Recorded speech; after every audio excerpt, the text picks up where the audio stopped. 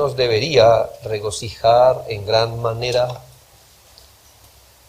Recuerdo que el Señor llamó, dotó y envió 70 hombres con la idea de que ellos le prepararan el camino en muchas regiones donde Él quería ir, claro, en su recorrido final hacia Jerusalén. Es decir, Él tenía en mente ir finalmente a Jerusalén, donde iba a morir, pero para llegar allá Él no decidió ir directamente, sino recorriendo algunas ciudades y regiones, y envía a los 70 para que le preparen el camino. En su comisión les anima y les guía, y aún les advierte acerca de los peligros, y también les hace saber las diferentes respuestas al Evangelio que ellos van a encontrar.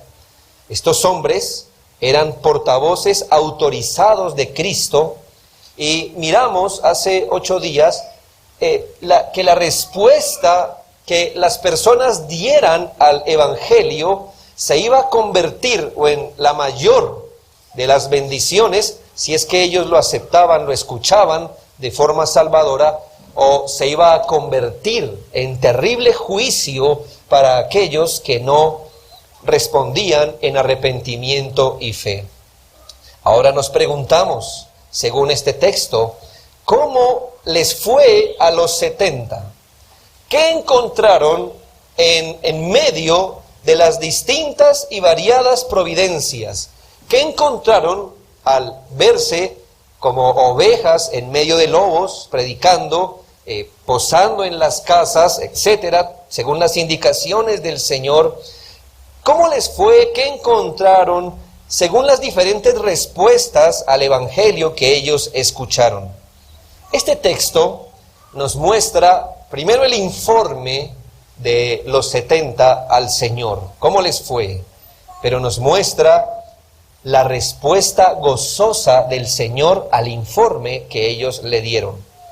Y cuando hablamos de respuesta gozosa, ¿ha pensado usted alguna vez en qué se regocijó el Señor Jesús? ¿Qué fueron las cosas que le producía gozo a Él? Importante, no es qué nos produce gozo a nosotros. ¿Qué le produce gozo a usted? ¿Qué lo hace deleitarse, regocijarse a usted? Pero aquí es en qué se regocijó el Señor.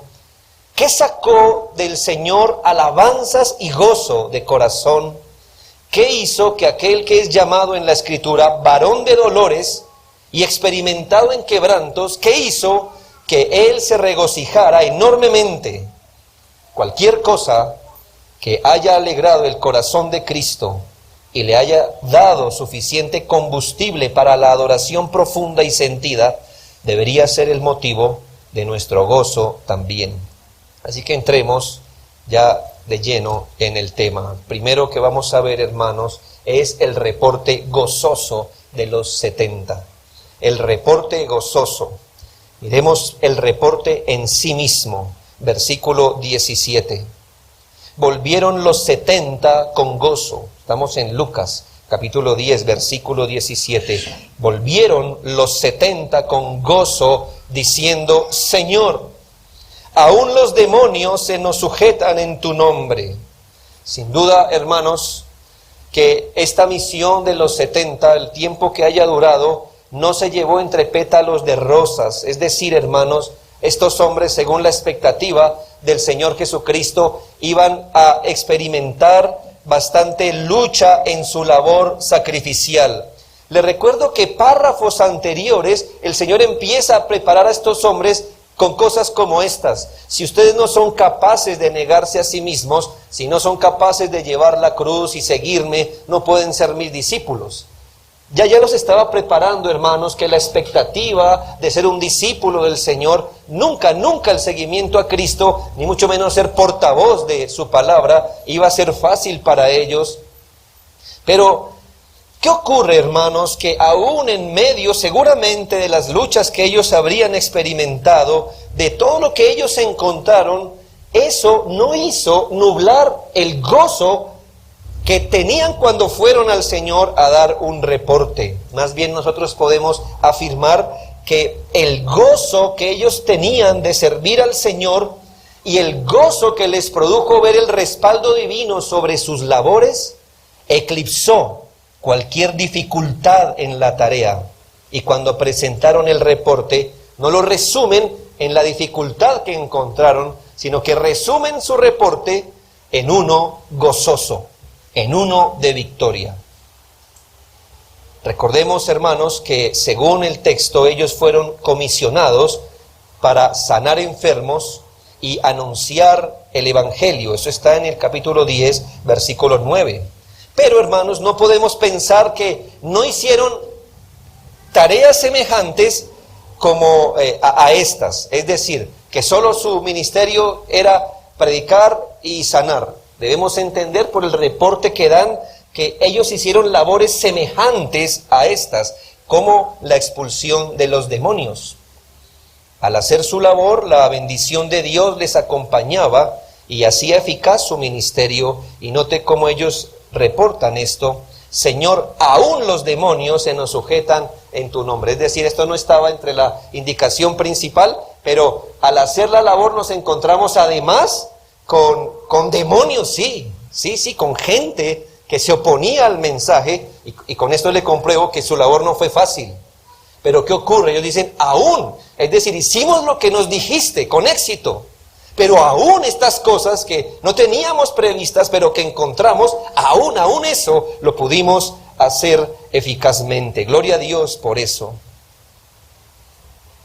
Y con esto afirman, hermanos, que ellos paso a paso vieron la bendición de Dios sobre sus labores. Y muy importante, yo le había dicho en sermones anteriores que esa es una de las ventajas de ser enviado por Dios.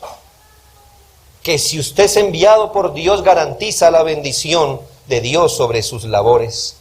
Estos hombres eran piadosos.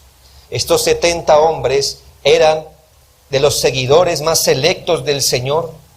No solamente eran del grupo de hombres que se habían negado a sí mismos, tomando la cruz para seguirle, sino que se distinguieron de esos seguidores que no estuvieron dispuestos a negarse a sí mismos. ¿Recuerda?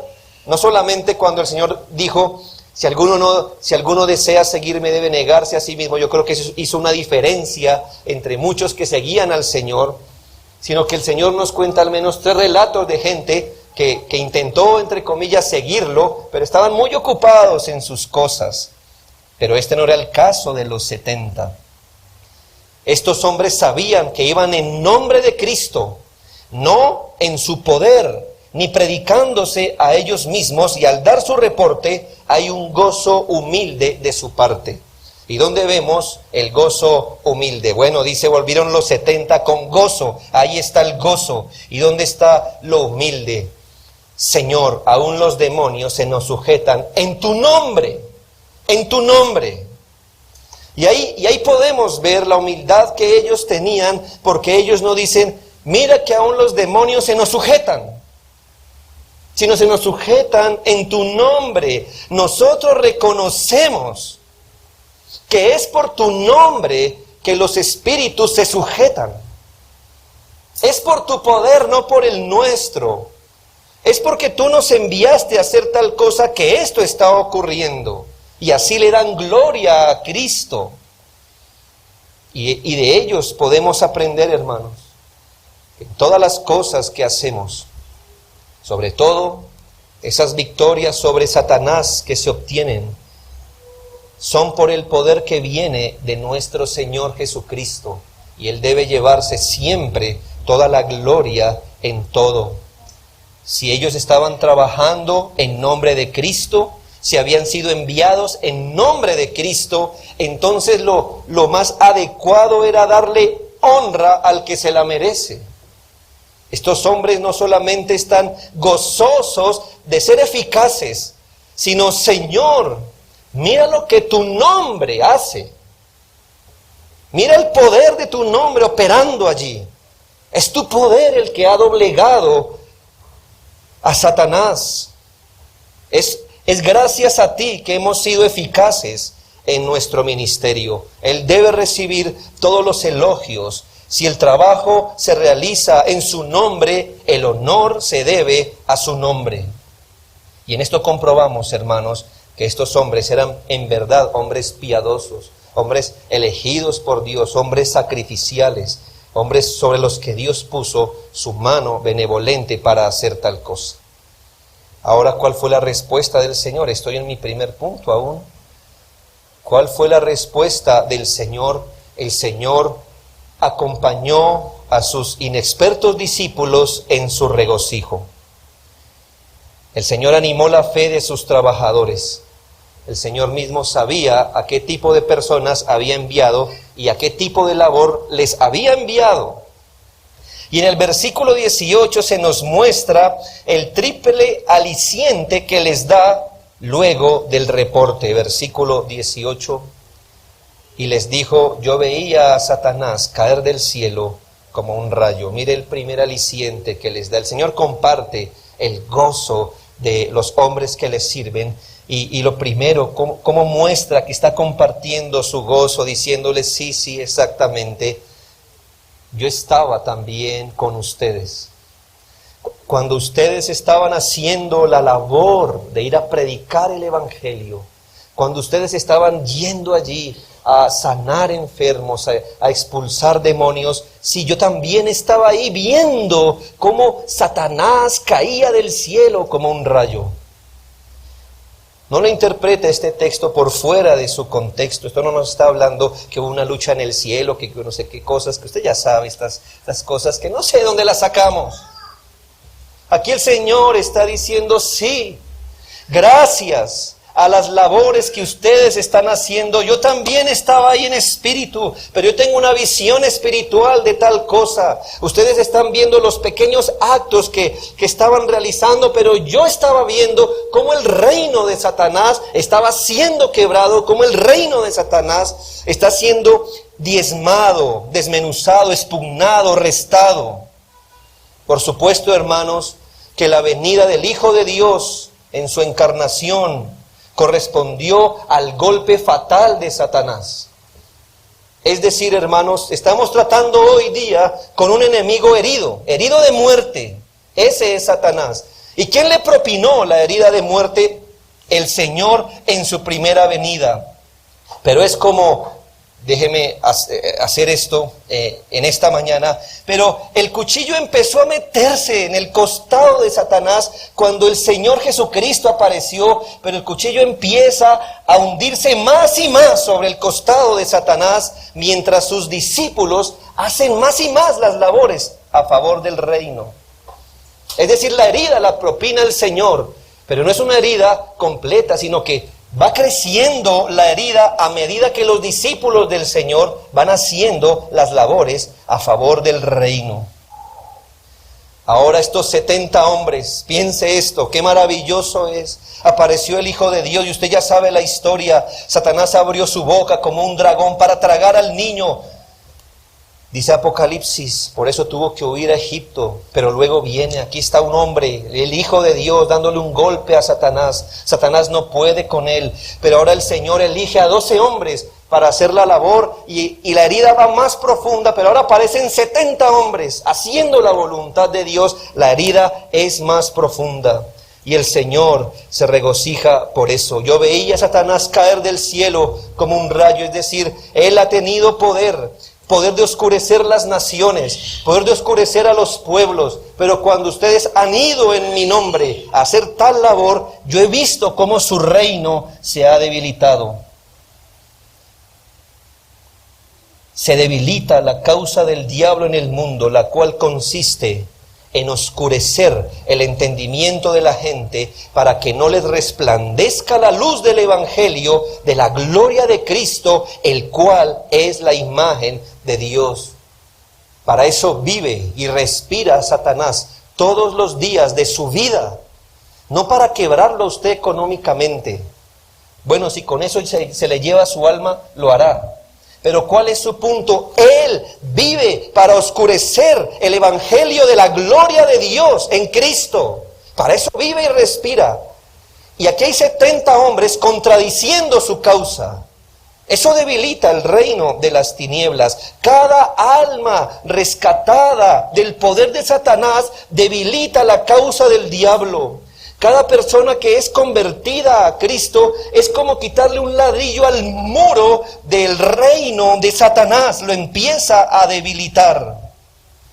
Cada vez que una persona es sacada de la condenación del infierno a la que iba a través del arrepentimiento y la fe, debilita el reino de las tinieblas.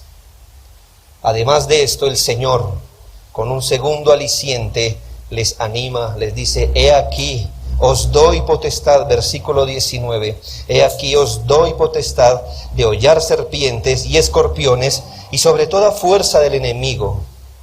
Hermanos, esta es una metáfora, por supuesto, no hay ningún sentido. El reino de Dios no avanza entre más serpientes y escorpiones literalmente pisemos. Eso no tiene nada que ver, hermanos. ¿Me hago entender?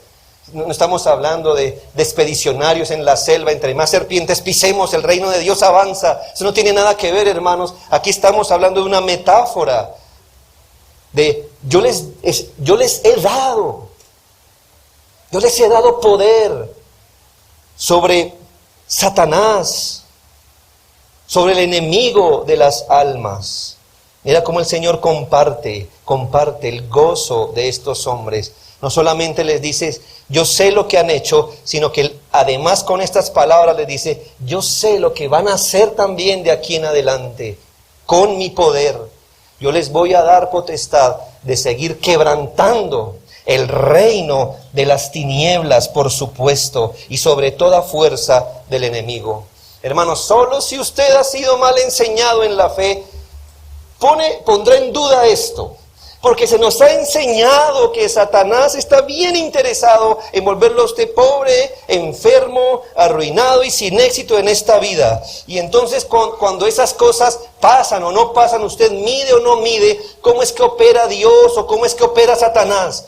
Pero si usted ha sido entrenado a pensar que el punto de Satanás es oscurecer el Evangelio, entonces el punto del poder de Dios es traer luz a las almas que no lo tienen. Usted entenderá, hermanos, que esto se ha venido cumpliendo hasta el día de hoy. Mi pregunta es, hermano, ¿por qué hoy hay una iglesia de Cristo sobre esta tierra? Porque hasta el día de hoy se sigue predicando el Evangelio. Porque hasta el día de hoy la gente se sigue convirtiendo. Yo le voy a decir por qué. Porque el Señor le ha dado a sus discípulos potestad de hollar serpientes y escorpiones y toda fuerza del enemigo. Por eso, porque si nosotros, tan débiles que somos, hubiésemos sido dejados a nuestra propia fuerza, Satanás ya nos hubiera tragado, hermano. Satanás es más poderoso que todos nosotros juntos y que toda la iglesia de Cristo junta.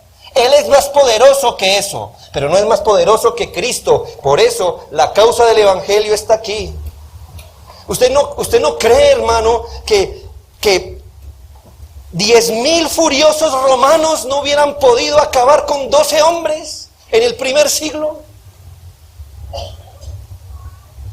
¿Qué tal 1,000 hombres como Pablo delante de ese aposento alto donde estaba la única iglesia sobre esta tierra? 120 hombres. ¿Qué hubiera hecho? 1,000 hombres como Saulo ya hubieran acabado con la iglesia. ¿Por qué hay iglesia? ¿Por qué hay evangelio? Porque esta promesa se ha venido cumpliendo. Porque el Señor le dio a sus discípulos toda potestad para que a través del evangelio pudieran expugnar las fortalezas del enemigo. Y además les promete, por último, tercer aliciente, y nada os dañará. Vuelve el punto, ¿no? Vuelve el punto.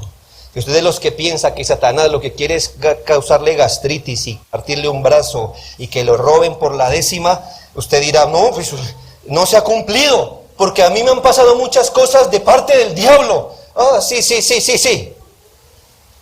Ah, pero si tú eres de los que piensa que tú estás aquí como un representante del Evangelio y que cuando vas en nombre de Cristo a esparcir el maravilloso mensaje, esta promesa dice que nada efectivamente nos podrá dañar. Y déjame darte este ejemplo. Imagínate, eso pasa a un bombero que por sacar a un individuo de entre las llamas se quema y muere. Imagina que un salvavidas por sacar a alguien que se ahoga se hunde también. Ahora piensa, estos hombres que son como ovejas en medio de lobos, van a tener que penetrar en territorio enemigo para sacar gente de la condenación. ¿No habría una duda en ellos? Algo así como, ¿qué tal por irme a salvar la gente yo mismo me pierda? Yo mismo resulte acabado. ¿Qué le dice el Señor? Nada, nada os dañará. Él no está diciendo que nadie les iba a hacer daño físicamente. La historia nos dice que muchos de estos hombres murieron por predicar el Evangelio. No está diciendo que no iban a experimentar persecuciones, ni siquiera que no los iban a matar. Les recuerdo que el Señor les dijo a estos mismos hombres, o a muchos de ellos, no temáis a los que matan el cuerpo, como diciéndole, esperen eso. Pero nada más pueden hacer. Nada más pueden hacer. ¿Qué quiere decir que nada os dañará? Hermanos, que al final los enemigos del Evangelio, a lo sumo, a lo mucho que pueden llegar, es a matar el cuerpo. Pero ellos no pueden propinarle a los discípulos de Cristo un daño definitivo y final. Es decir, hermano, nadie podrá tocar el alma de los discípulos de Cristo. Aún si fuera el caso que por seguir a Cristo y por predicar el Evangelio fuéramos muertos físicamente, hasta ahí puede llegar el poder del enemigo.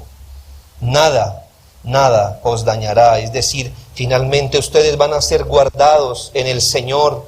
Ustedes van a ser guardados en Cristo. Así que vayan a sus labores, que al final lo que más pueden hacer es matarles, pero nunca les harán un daño definitivo. Y este es el reporte gozoso y la primaria respuesta que el Señor le da a sus discípulos. Qué interesante, hermanos, el Señor no es un enemigo del gozo de los discípulos. Él acompaña el gozo de ellos y además los afirma en esto. Pero lo segundo que quiero que miremos esta mañana es la razón de un regocijo mayor. La razón de un regocijo mayor. El versículo 20 empieza con un pero. Y son los peros divinos, ¿no? Le he enseñado a usted de este púlpito a estar muy pendiente de esos peros en la Biblia. Hay algo importante allí después de un pero. El Señor no reprende el gozo de las labores que estos hombres estaban haciendo. No, hermanos. Uno debe regocijarse en verdad cuando es útil en el reino de Dios. Uno debería estar muy alegre, la verdad, hermanos, cuando encuentra su utilidad en las cosas de Dios y por el contrario debería estar uno muy triste al decir, ¿y yo como para qué sirvo en el reino? Yo no estoy haciendo nada. Eso debería ser su gran tristeza, entre otras cosas, o parte de su gran tristeza. Quizá a usted, claro, con respeto lo digo, y yo no quisiera revivir traumas de la infancia de nadie, pero imagine cuando el papá o la mamá le dijeron a usted no sirve para nada, ¿verdad? Uno dice, pero para nada, nada. Y claro, el dolor y el trauma vinieron a nuestros corazones. Hermano, por eso le digo que uno debe regocijarse cuando uno es útil en el reino de Dios. O sea, alégrese cuando Dios a través de usted esté haciendo algo a favor del reino y preocúpese, hermano, si usted no está haciendo nada.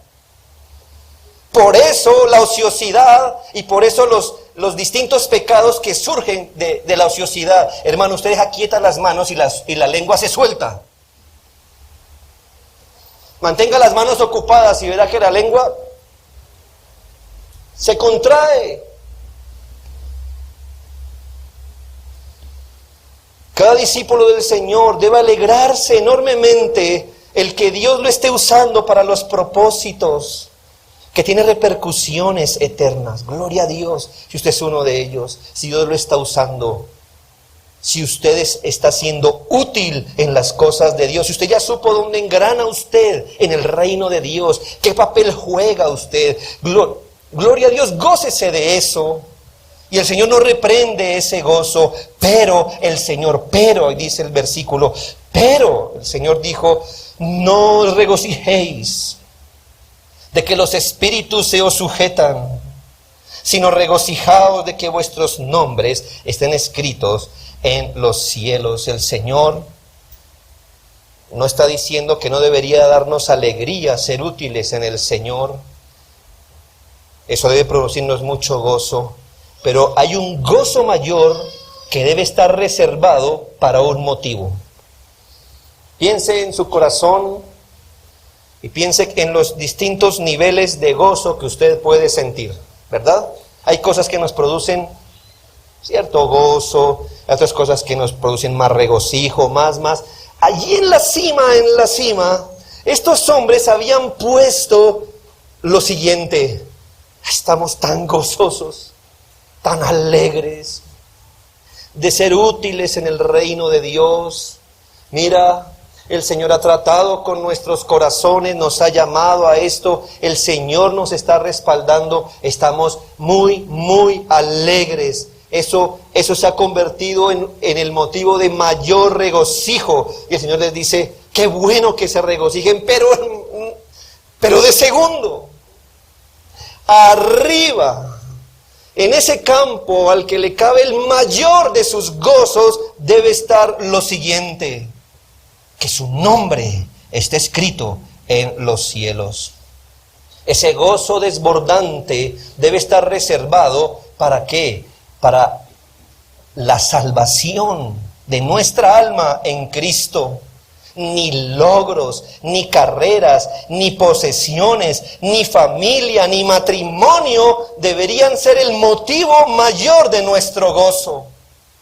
Ay, yo a veces tiemblo cuando veo algunas publicaciones de algunos creyentes. Mi hijo, mi hija, es la fuente de mi mayor gozo. Ay, yo tiemblo, ¿sabe? Ponga o dele su mayor gozo a algo temporal. Y pasarán minutos para que usted ahora se quiera morir.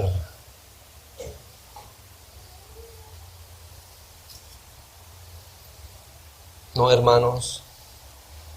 No, muchachos, usted piensa, mi mayor gozo el día que reciba el cartón de el mayor gozo es mi familia, mi matrimonio, mi esposo, mi esposa. No. Ni siquiera algo tan sagrado como el ministerio. Mira, yo estoy siendo usado por Dios. Gente viene, estoy sanando enfermos, echo fuera demonios. Ni siquiera, hermanos, el mayor gozo y desbordante gozo debe producirlo que fuimos mirados en misericordia y que nuestro nombre se halla en el registro divino de los salvos por Jesucristo. El mayor gozo debe venir a nuestra vida. Usted no ha entendido de qué se tratan las cosas, pero el mayor gozo, si lo ha entendido, debe ser: hay un nombre escrito en la gloria, mío es, mío es. Note el deseo del apóstol en Romanos 15:13: y el Dios de esperanza os llene de todo gozo y paz en el creer. Y el Dios de esperanza os llene de todo gozo y paz en el creer. No en el ser útiles solamente, no en lo que tienes, no en lo que haces, aunque gloria a Dios por eso y nos deberíamos regocijar. Pero el Dios de esperanza os llene de todo gozo y paz en el creer. Hermanos, todos deberíamos estar gozosos en última instancia, porque la gracia divina ha sido derramada en nuestros corazones por el Espíritu Santo. Deberíamos estar muy gozosos, rebosantes de gozo. No debería haber otro gozo mayor en nuestra alma, que se nos haya dado la potestad de ser hechos hijos de Dios, que se nos haya dado una herencia por Cristo, ser de Cristo, de la familia de Dios, ciudadano del cielo. Eso debe proporcionarnos una alegría mayor que todo lo demás que tenemos o que podamos llegar a tener. Este gozo, hermanos, debe eclipsar toda dificultad temporal que pudiéramos experimentar, ese gozo debería ser tan grande que debería nublar toda dificultad que hayamos por servir al Señor con el Evangelio. Piense esto, hermano. Quizás mañana le visite una providencia compleja. Si usted ha amarrado su gozo a las providencias, usted no tendrá una fe firme. Pero si usted ha amarrado su gozo al Señor, entonces aún en medio de la prisión usted podrá decir: he aprendido a contentarme cualquiera que sea mi necesidad. Tengo a Cristo, tengo la salvación de mi alma. Y si hoy por la escasez muriera de hambre, ¿sabe qué hizo la escasez? Abrirme la puerta para encontrarme con mi Salvador. Es mi mayor gozo, mi mayor gozo. Aún saber que somos salvos por la fe en Cristo debe darnos mayor alegría que ser eficaces en el ministerio. Considere esto: ser hechos hijos de Dios debe ser más valorado por nosotros que el poder hacer cosas extraordinarias. Recuerde ese texto de Mateo 7:22, donde muchos que profetizaron, echaron fuera demonios e hicieron muchos milagros, como lo hizo Judas, que era de los 12. Sin embargo, en aquel día el Señor les dirá: no os conozco, no sé quién sois. Pero aquellos cuyos nombres están escritos en el cielo nunca perecerán, son las ovejas de Cristo, a quienes dará vida eterna. Por eso las gracias salvadoras son de un grado más alto para regocijarnos que todos los dones espirituales que pudiéramos tener. Yo le pregunto esta mañana: ¿usted cree eso? ¿Eso es lo que más le regocija a usted hoy día? Ser salvo, el que su nombre esté en el libro de la vida del Cordero, es la fuente de su regocijo mayor.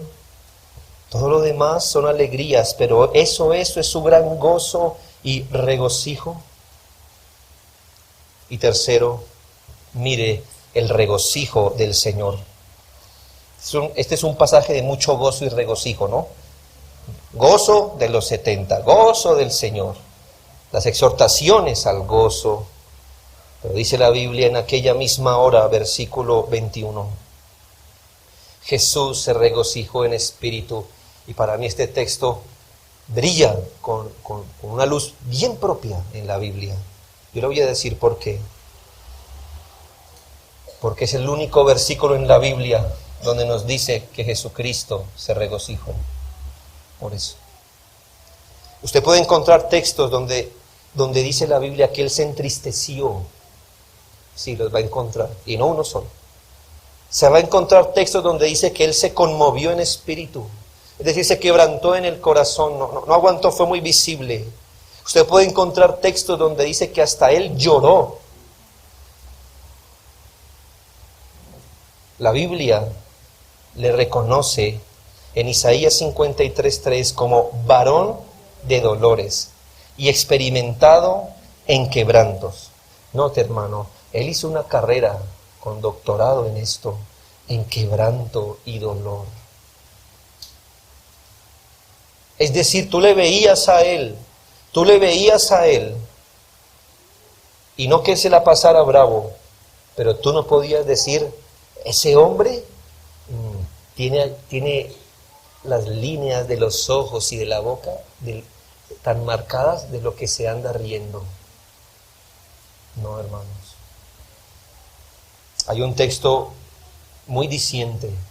El Señor no tenía más que 30 años y sus enemigos le dijeron: tú ni siquiera tienes 50 años y ya, hermano, a los 30 años tenía apariencia de 50 su rostro. Él sabía sufrir, hermanos. Por eso cuando la Biblia nos dice que en esa misma hora se regocijó en espíritu, usted debe hacer hacia atrás todo y decir: un momento, ¿por qué Él se regocijó? Cuando a su alrededor él se apesadumbró por lo que veía. ¿Qué hizo que se regocijara en espíritu? Ni siquiera nos dice que fue en su cara, ni en su ánimo, sino en espíritu. Algo muy profundo que solo alguien con los ojos de la fe podía ver. ¿Qué hizo que el Señor se regocijara espiritual y profundamente? ¿Qué hizo que el varón de dolores y experimentado en quebranto se regocijara? Cualquier cosa, hermanos, que haya alegrado el corazón de Cristo, entonces también debe ser nuestro gozo. Versículo 21. En aquella misma hora Jesús se regocijó en espíritu y dijo: yo te alabo, oh Padre, Señor del cielo y de la tierra, porque escondiste estas cosas de los sabios y entendidos y se las has revelado a los niños. Sí, Padre, porque así te agradó. Es una oración, digo yo, con fines pedagógicos. El Señor estaba orando al Señor, claro, pero quería que sus discípulos escucharan qué es lo que regocijó su corazón bendito. La gloria es para el Señor. Y el mismo Señor Jesús se regocija en su Padre. ¿Y qué es el motivo de su regocijo? Yo te alabo, Señor. ¿Por qué? Porque estas cosas, ¿qué estas cosas? Este conocimiento del Evangelio, esta salvación por la que ellos deberían estar regocijándose, este Evangelio que yo les encomendé para predicar, esto fue escondido de los sabios y entendidos y se las revelaste a ellos. Y aquí es interesante, hermanos, que la palabra niños no sea la palabra que habitualmente la Biblia usa para niño, sino que aquí es niño muy pequeño, niño débil. ¿Sabe que el Señor se regocijó de ver este cuadro? De ver a hombres como esos, a 70 hombres tan imperfectos, tan débiles, tan lentos, tan ignorantes, ser receptores de la gracia divina y que además estén siendo útiles para la proclamación del Evangelio. Él dijo: ay, Señor, qué alegría me da más alegría que ver a un ángel haciendo lo mismo. Mira, que un ángel haga las cosas bien, llévate la gloria, porque los ángeles son lo que son, por lo que tú has hecho con ellos, gloria a Dios. Pero mira estos hombres, en su debilidad, en su lentitud, en su torpeza, siendo receptores del Evangelio, y no solo eso, siendo proclamadores del Evangelio. Yo te alabo, Padre, por eso. ¿Sabe, hermanos? Para su momento había muchos hombres con una mayor capacidad intelectual para hacer tal labor y hasta de oratoria. Al menos 70 hombres componían el Sanedrín, al menos 70 hombres. Sanedrín, hermano, usted no llegaba al Sanedrín si no era de una buena familia y no era menos que un erudito, como lo fue Pablo. Erudito, es decir, hermano, de lo mejorcito que había. Al menos habían 70 hombres en un Sanedrín en esta época. Y el Señor dice: no los escogiste a ellos. Y me regocijo porque si de repente ellos hubieran sido elegidos para llevar el Evangelio, los demás hubiésemos pensado: eso es por su formación. Eso es porque son bien inteligentes. Eso es porque de chiquito le dieron leche y buen estudio y eso ayuda a las neuronas. No, hermanos. Aquí está ese hombre como Pedro, que a duras penas sabía escribir, y se lo digo porque las cartas de Pedro son escritas como cuando un niño empieza a escribir. Él no sabía ni escribir, casi. Allí estaba un celote. ¿Sabe qué era un celote? Un guerrillero de su época. Allí estaban pescadores, hermanos. El Señor no los encontró en el Sanedrín. ni en la universidad, los encontró en los campos, a la orilla del mar. Y cuando el Señor dice, he visto cómo el reino de las tinieblas es debilitado por hombres como esos. Yo te alabo, Padre, yo te alabo, Padre. Para que toda la gloria te la lleves tú, así tenía que ser. De lo vil y lo menospreciado escogió Dios para avergonzar a lo necio. Así es el Señor, se muestra muy paternal con estos hombres. Y en su oración no dejó de recordarles, ustedes no son más que niños, débiles, imperfectos. Yo no los escogí porque eran muy inteligentes y muy capaces. Que fueran tan útiles, que pudieran regresar, hermanos, con un gran reporte, que hubieran sido revestidos con honores tan altos de ser de los 70. Era por aquel que hace todas las cosas según el designio de su voluntad. Dice la Biblia, en esa misma hora, es decir, rumbo a Jerusalén, en medio de la creciente persecución que le llevó a la cruz, el Señor se regocijó por estas cosas. Aun cuando parecía que el reino de Satanás ganaba ventaja, el Señor estaba viendo el cuadro completo y decía, no, el Evangelio está progresando, el reino de las tinieblas se está debilitando. El versículo 22, todas las cosas me fueron entregadas por mi Padre, es decir, toda autoridad, todo poder me ha sido entregado por mi Padre. Y note, nadie conoce quién es el Hijo sino el Padre. Un momento, nadie conoce específica y profundamente quién es Cristo sino el Padre. Ni nadie conoce quién es el Padre sino el Hijo Jesucristo. Pero note, y aquel a quien el Hijo lo quiera revelar. Hay un conocimiento, hermano, general que todos tenemos del Padre y del Hijo. Un conocimiento general, pero no es este conocimiento del que se habla aquí. Y aquí el círculo se amplía, no solamente a los 70, sino el círculo se amplía hacia aquellos a quien el Hijo ha querido revelar el Padre. Es decir, a todos los que han sido levantados por el poder de Dios para reconocer a Cristo como Salvador y a Dios como su Padre. Así que el Señor tiene dos fuentes de regocijo. Uno, esos hombres que están siendo usados por Dios, iluminados por el Evangelio, pero se regocija también que Él, Cristo, le esté dando a revelar al Padre a muchos otros. El Señor deja ver en estas palabras un consejo eterno, donde el Padre y el Hijo han acordado revelarse a los hombres que el Hijo quiera darse a revelar.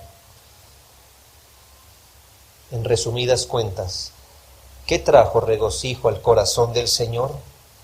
La elección de Dios para hombres al ministerio, equipándolos con facultades espirituales, dándoles conocimiento espiritual, para que a su vez ellos revelaran a Cristo a otros hombres y estos también fueran salvos y llenos del conocimiento espiritual. Gloria a Dios por eso. Cuando vea un ministro del Evangelio, cuando vea un obrero del Evangelio, diga, gracias Padre, te alabo, porque así te agradó hacer las cosas. Así te agradó hacer las cosas. Así te agradó. Así fue. Eso es lo que planeaste. Hombres salvos, llamados para predicar el Evangelio a otros, para que otros sean salvos. Gloria a Dios. Así debe ser la gloria solo para su nombre. Pero el Señor no terminó allí. Mire la afirmación gozosa. Cuarto, la afirmación gozosa. Y volviéndose a los discípulos. Sí, dejó de orar y se volvió a sus discípulos.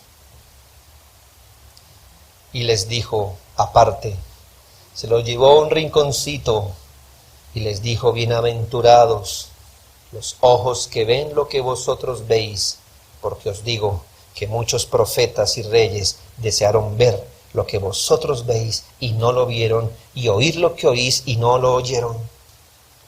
Estos 70 hombres deberían meditar hasta la humillación, que hombres más santos, más maduros como profetas y reyes, hombres justos, amigos de Dios, hubiesen dado todo por ver y oír lo que estos hombres veían y oían.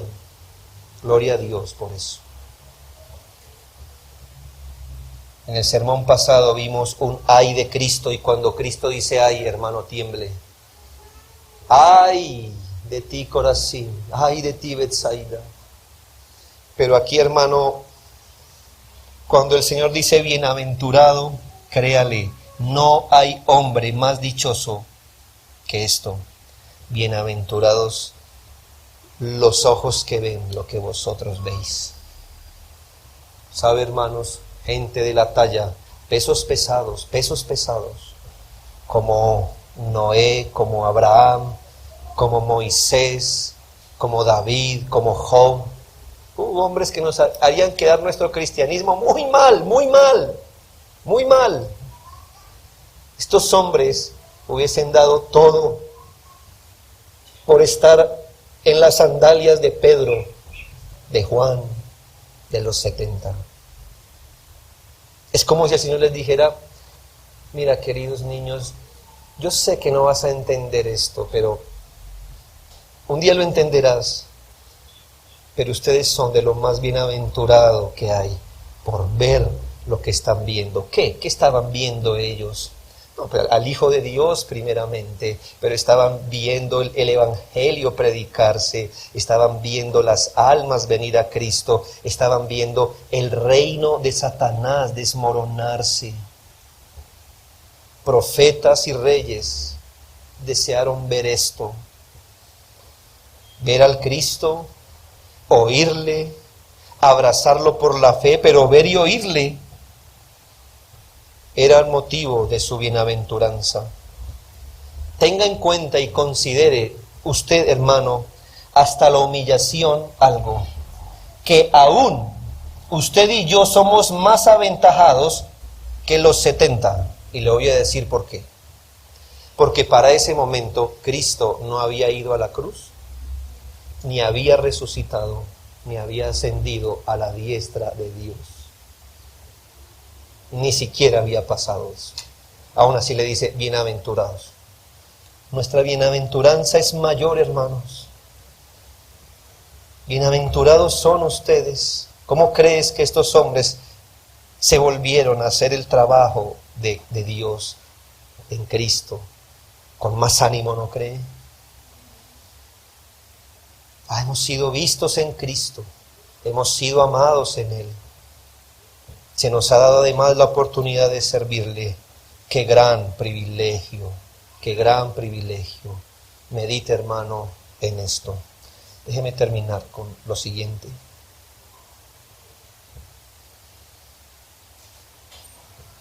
Toda labor que se hace a favor del reino de Dios debe redundar en la gloria de Dios en todo. Revisemos nuestros motivos cuando hacemos tal cosa por Cristo, cuando predicamos, cuando anunciamos a otro, cuando somos sacrificiales en lo que hacemos, las labores para el reino de Dios. Revise muy bien su corazón, porque, hermano, el fin de las labores que hacemos para Dios es glorificar al Señor en todo. Glorificar al Señor en todo. Cuidado, hermanos, con robar algo de la gloria del Señor. Usted no le hace bien a alguien para que luego ese le devuelva un favor. Ese no es el motivo para hacer bien en el Evangelio. Es la gloria de Cristo. Es la gloria de Dios. Si hacemos algo personal o como iglesia donde la gloria nos la llevemos nosotros, revisemos qué estamos haciendo. Nosotros deberíamos volver al Señor en oración y decir: en tu nombre hicimos eso, gloria a tu nombre hicimos eso, para la gloria de tu nombre hicimos eso. ¿No está escrito, hermanos? Para que en el nombre de Jesús se doble toda rodilla de lo que está en los cielos y abajo en la tierra, y toda lengua confiese que Jesucristo es Señor. ¿Para qué? Para gloria del Padre. 2. Debemos preguntarnos a la luz de este texto, hermano, ¿qué es lo que debilita el reino de las tinieblas? Si yo sé que todos los creyentes somos sensibles, como el reino de las tinieblas a veces avanza en el mundo y todos nos vemos tentados a hacer algo, ¿verdad? No, el reino de las tinieblas está avanzando. Mira cómo crece esta opresión de las ideologías de género, del ateísmo. Mira todo eso. ¿Y qué hemos hecho los cristianos? Hagamos pancartas y salgamos a marchar pro familia, o en contra de la identidad de género. ¡Qué bueno! Eso no es más que darle una acetaminofén a alguien que está cundido de cáncer. Quizá le alivia algo, pero no va al punto. Cuando el Señor dijo: yo veía caer a Satanás del cielo, haciendo referencia a qué lo dijo. Es que mira, ellos se han buscado sus contactos en el gobierno para hacer más visible el Evangelio. Aquí Pedro y Juan, las pancartas, los 10 mandamientos. No, hermanos. Predicar el Evangelio. Eso debilita el reino de las tinieblas. La palabra de Dios dice: porque las armas de nuestra milicia no son carnales. No son carnales, aprenda eso. No debilitamos las tinieblas con elementos carnales, sino poderosas en Dios para destrucción de fortalezas, derribando argumentos y toda altivez que se levanta contra el conocimiento de Dios. Esa es nuestra guerra. Así usted la mire así de pequeña, es así de grande. Y eso es lo que hace retroceder el reino de las tinieblas. Hermanos, sería un gran pesar que dijéramos: ¿por qué no hacemos una marcha pro familia y apareciera toda la iglesia? Pero si dijéramos: vamos a evangelizar, aparecieran 3. ¿Qué no has entendido?